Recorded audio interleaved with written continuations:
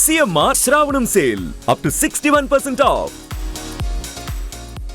So Telugu వాళ్ళు ఎక్కడున్నా కానీ లాస్ట్ రోజులు ఇలా హ్యాపీగా ఉంటే చాలు. కొంతమంది అంటే మీ టైంలో తెలియక అంటే పక్క వాళ్ళని నమ్మి ఇంట్లో వాళ్ళని నమ్మి కూడా ఫైనాన్షియల్ గా ఇబ్బంది పడి లాస్ట్ రోజుల్లో చనిపోయిన రోజులు ఎంతమందిని చూసాం. అవునండి, చాలా మంది ఉన్నారు. అవన్నీ చూసి ఇన్స్పిరేషన్ అయ్యే ఫస్ట్ అది సావిత్రి గారి నుంచి చూసారా మీరు? ఫస్ట్ నేను మెడ్రాస్ వచ్చింది సావిత్రి గారిని చూడడానికి అన్నానగర్ వెళ్ళాను. 3 బెడ్ లో ఉన్నారు, ఎవరు లేరు ఆమె కూడా.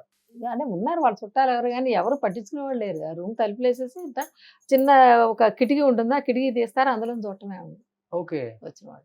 లాస్ట్ రోజుల్లో నిజంగా ఆమె చిన్నింటికి వెళ్ళిపోయారా?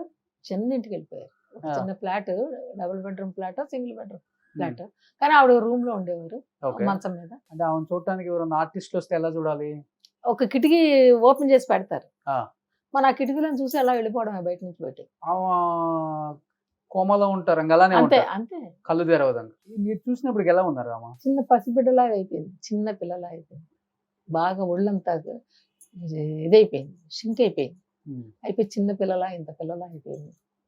ఫీలింగ్ ఏంటి? అంత పెద్ద హీరోయిన్ ఆమెను చూడటానికి వచ్చే ఆర్టిస్టులు ఫ్యాన్స్ ఎక్కువ మంది ఉంటారు, అలాంటి స్టేజ్ లో చూసినప్పుడు మీ ఫీలింగ్ ఏంటి? సరే, నాకు ఇప్పుడు కూడా తలుచుకుంటే కళ్ళల్లో నీళ్ళు వస్తాయండి.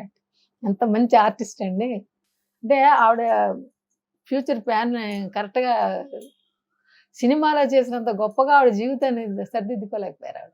అది ఆవిడ చేసిన తప్పు తెలుసుకోలేదు, తెలుసుకున్నా కానీ మళ్ళీ తప్పే తప్పు చేసుకుంటూ పోయి ఆఖరికి అన్నీ కోల్పోయారు. మంచి గుణం ఉంది, మంచి మనసు, హెల్పింగ్ నేచర్ అన్నీ ఉన్నాయి. ఎన్ని ఉన్నా సరే ఆవిడ రూట్ కరెక్ట్గా లేకపోయింది అంతే. అది ఆవిడ చేతులు స్వయంగా ఆవిడ చేసుకున్నదే, అంతకు ఇంకెవరు ఏం చేయలేదు. అది బలంగా చాలా మంది లేడీ ఆర్టిస్టులకు పడింది అనుకుంటా కదా. చాలా మంది ఆర్టిస్టులు, చాలా మందికి మనసులో పడింది, కానీ చాలా మంది ఆవిడ అయిపోయి కూడా వెళ్ళిపోయిన వాళ్ళు కూడా ఉన్నారు. ఎవరున్నారు? తెలియకుండా చాలా మంది చిన్న చిన్న ఆర్టిస్టులు కూడా అలాగే తప్పుగా అంటే ఇంకోలా అనుకోకండి, మామూలుగా ఇలాగే బ్యాడ్ హ్యాబిట్స్ అంతా అలవాటు అయిపోయి తాగుడికి ఎక్కువ బానేసయ్యారు మీ టైంలో లేడీ ఆర్టిస్టులు. ఎందుకంటే ఏమని చెప్తారు చిలకరాధ గారు? ఎందుకన్నా మరి నాకు తెలియదండి. అందరూ అంటే అది ఒక బలహీనత అయిపోయింది. అంటే ఫ్రెండ్స్ సరదా చేరటం, తాగడం, చేయడాన్ని ఇవన్నీ చూసి నేను ఎప్పుడు అలాంటిది, నేను ఒక్క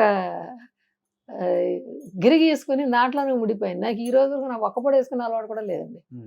నేను వేసుకుని నాకు ఎంతసేపు చక్కగా పొద్దున్నే ఉంటే చద్దనం తినడం, మధ్యాహ్నం భోజనం చేయడం, రాత్రి భోజనం చేయడం, అంతే. నాకు డైటింగ్ కూడా తెలియదు. ఫ్రెండ్స్ తో బోరు ఆర్టిస్టులతో అసలు నేను ఎక్కడికి వెళ్ళండి, నేను ఎవరితో ఫ్రెండ్షిప్ చేయను.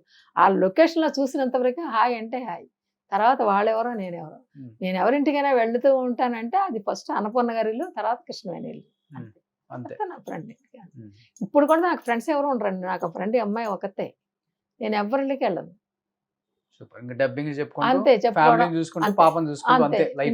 ఇంట్లో కూర్చోవడం సరదాగా. నాకు రోజు తమిళ పేపర్ ఒకటి, తెలుగు పేపర్ ఒకటి తెచ్చుకుంటా, అవి 2 చదువుకోవడం, పుస్తకాలు ఎక్కువ చదువుతాను నేను, అంతే. ఏం చదువుకున్నారు? నేనండి BA చదువుకున్నాను.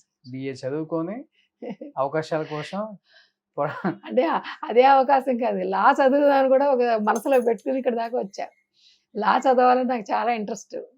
సరే ఇక్కడ ట్రై చేస్తూ చదువుదాం చూస్తే ఆఖరికి మనకు భోజనానికే లాటరీ కొట్టాల్సి వచ్చింది. ఇంక చదివేం చదువుతాం, అందుకని ఆ చదువు అలా కలిసిపోయింది.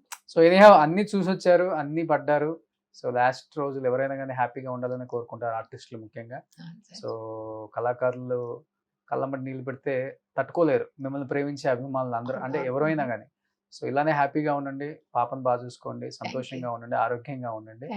అండ్ మిమ్మల్ని కలవడం చాలా సంతోషంగా ఉంది. ఇన్ని సంవత్సరాల తర్వాత మిమ్మల్ని కలవడం నాకు ఇంకా సంతోషంగా ఉంది.